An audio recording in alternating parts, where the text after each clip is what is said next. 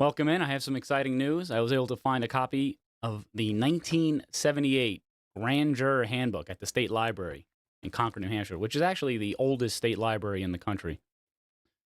And it outlines the duties and obligations of the grand jury. I've been at this for a bit now, since realizing the power of the grand jury to investigate whatever they want.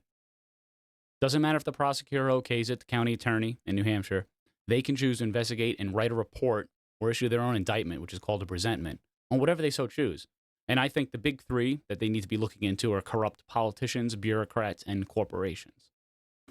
If we look into the booklet, we'll see exactly what their duties and obligations are. This booklet is intended as an introduction to the New Hampshire grand jury. Hopefully students, teachers, grand jurors, and other community members who are interested in expanding their understanding of the grand jury will find this information helpful. We go to the next page. Roman numeral 3, nature of the grand jury. We'll see that A is the accusing body as to serious crimes. Well understood. Prosecutor comes in, says, I want to indict this guy for X, Y, or Z. Grand jury says yay or nay. If they say yay, it goes to the petit jury, which are the 12 jurors that everyone sees on TV, the trial jury. If they say no, it disappears. No one knows anything because everything was confidential in the grand jury hearings. B, grand jury as an investigatory body. Interesting. Check that out. At the bottom of page 2, we see grand jury as an investigatory body. In addition to the duty of the grand jury to hear evidence and decide whether formal criminal charges should be made, the grand jury also has the important power to make investigations. Grand jury, on its own initiative, may on rare occasions subpoena witnesses to appear or compel the production of documents. This type of investigation is thereafter reported to the court in what is called a presentment or report. The problem is that the judicial branch is not informing the grand jurors. So each county has a grand jury, 23 members, and actually Hillsborough, which has Manchester, has 2 grand juries. They have the North and South Division. So we have 11 grand juries in New Hampshire that are continuously operating, and they serve for 4 months each. The benefit of such a structure is that you don't have entrenched interest. These people are coming and they're going. So they're disinterested, but they have immense authority to correct corruption. And this is not something new. In California, they have 58 counties, and each one has a civil grand jury. And by law, they're required to inspect the county jails and other institutions, and also audit a government agency every term. Some of those reports are very interesting, and I hope in due time to analyze some of them in video so people can see what's going on and what they actually look like. Because I think we need that here. New Hampshire has had some issues, and I think it's important to get the grand jury to start looking at these without a political lens. Just simply saying, this can be done better, this is sketchy as hell, let's move on. And I think that's really important.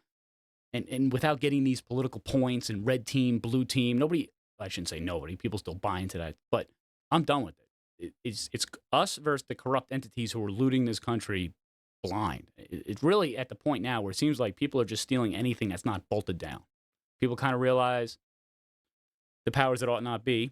They kind of realize the game, the song, the music's about to end, and they're trying to grab whatever they can before it's all over. That's how it looks like from where I'm sitting right now. But I would like to take you on a journey into the current grand jury orientation material. It's a video put out by the judicial branch, and I am not able to figure out what year it was made.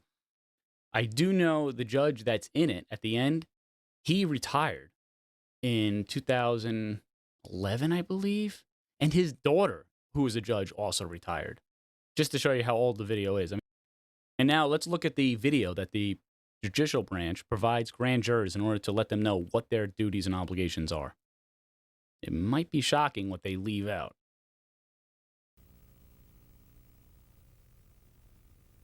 Welcome to Superior Court. The grand jury system, being judged by our peers, is at the very heart of the American system of justice.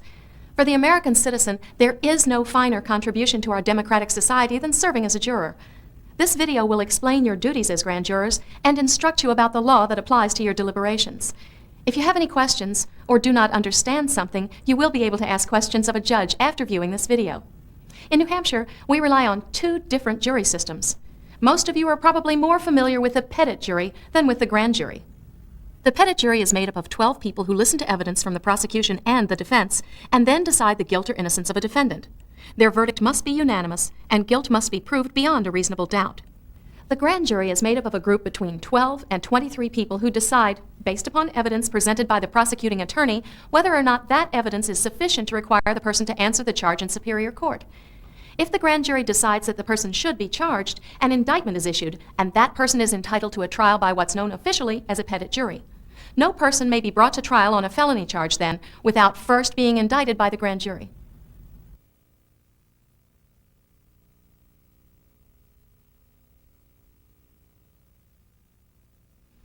The grand jury is a very old and important institution in our system of criminal justice. It began hundreds of years before our nation was formed and is one of the oldest institutions in the English law. The grand jury was referred to in the Magna Carta in 1215 and was probably in use as early as 1166. Under English law, the grand jury was regarded as one of the chief protections against baseless charges. The grand jury was considered to be a shield between the crown and the English people. It was a protection against oppressive and unjust prosecutions that the king might try to bring against his enemies. When America was first settled, the grand jury process was incorporated into our system of justice. Now, I was at first debating whether this was accidental, somebody forgot what the grand jury was actually supposed to be doing, but I don't believe so anymore. I believe this is a concerted effort to simply sweep under the rug their ability to actually investigate what's going on in government and to if there's any doubt that this is simply an oversight on the part of certain entities in government, let's look at Beyond High School, Guide to Your Rights and Responsibilities. This is published by the New Hampshire Bar Association, the Law-Related Education Program. I found this online. I said, you know what? I want to know what the Bar Association is providing in the way of information to students. This is important. They're leaving high school. Let's find out what they tell them, especially about the grand jury, which they might serve on, right? But if we go to page 7, they're talking about jury duty. Okay. Let's go to page 8.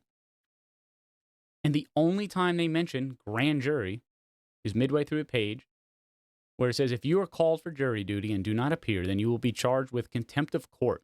Your jury service will not last longer than 30 days unless a grand jury or trial is in progress, in which you will be required to serve until the process is completed. What? I mean, they have involvement in a lawsuit, a whole bunch of other chapters in this book. I would think it would be kind of important to talk about the grand jury and how they can investigate corrupt entities within and outside of government. I mean, that's kind of important, I would think, right? So here we are. And in order to get this message out even further and to allow people in the community to bring forth complaints that they believe the grand jury should be looking into, I'm going to hold a public meeting in the downstairs meeting room of the Northfield Town Hall on July 27th. That's a Monday, 5 to 7 p.m. And the goal is to create a framework within which people can submit complaints and have them brought before the grand jury. This is how it's done in other states. You can bring issues before the grand jury, complaints. As we'll see right here, we have the Shasta County, California request for investigation form. You can request the grand jury investigate an issue. And that is just so fundamental to an accountable government that I don't understand how people could argue about that. And yeah, the goal is to get that moving and to basically have within each county in New Hampshire such an organization, a meeting, as it were, that people can bring these forward and have it orderly, in an orderly manner, brought before the grand jury. It's the only way we're going to get out of this mess. Red team, blue team, as I said earlier, it's just not working. Anytime somebody wants to look into something, it's argued that it's political in nature, and it just goes nowhere. I saw it. I was a state rep for 2 years, from 22 to 24. And in a later video, I hope to get into some of the stuff I saw in there. But it comes down to a bunch of nothing. Nothing actually happens. It's It's fake. It's all theater. I say it's fake and gay a lot of times in there, especially. But we need to move on beyond that and to actual constructive conversations and actions, which would be activating, re-empowering the grand jury to do what they were designed to do. They were formed in 1166 AD. The grand jury is not some new institution. It predates the country by hundreds of years. And that means something. We should not let go of this just because somebody in a black dress, some legal official, says, oh, they can't look into that anymore. We have a better system. We got these county prosecutors. Mind you, in 2024, 8 out of the 10 county attorneys in New Hampshire were elected without a general election opponent. That doesn't seem like a real election. That seems like a selection.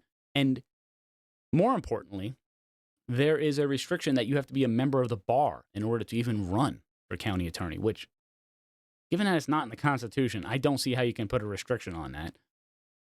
For sheriff, you don't need any qualifications. How's that? So you need no qualification to be sheriff, but you need to be a member of this association to be county attorney, who, as we're told, is the only person that can bring forth investigations. Very confusing. And I think in the whole mix, the people have been left out of the equation. And I'm looking to change that. If you can make the meeting, that'd be great. If you would like to start something in your neck of the woods, reach out. I'd love to help. I have plenty of copies of this. I did put on the bottom, reprinted by candidate for Merrimack County Sheriff, Jason Gerhard, me, just to get the word out, and I was handing them out around Concord. But I have the original file. I can just send that to you and just run with it. I think it's important to get the word out. I do believe that people overall want an accountable government. They don't want this corrupt entity that is just pillaging everything in its path. People can't afford to keep their homes. People are getting kicked out of their homes. We got to really get back to basics. And I think the first things first is they used to call it the People's Panel. It's the voice of the community. So with that, I'll let you go, and thank you.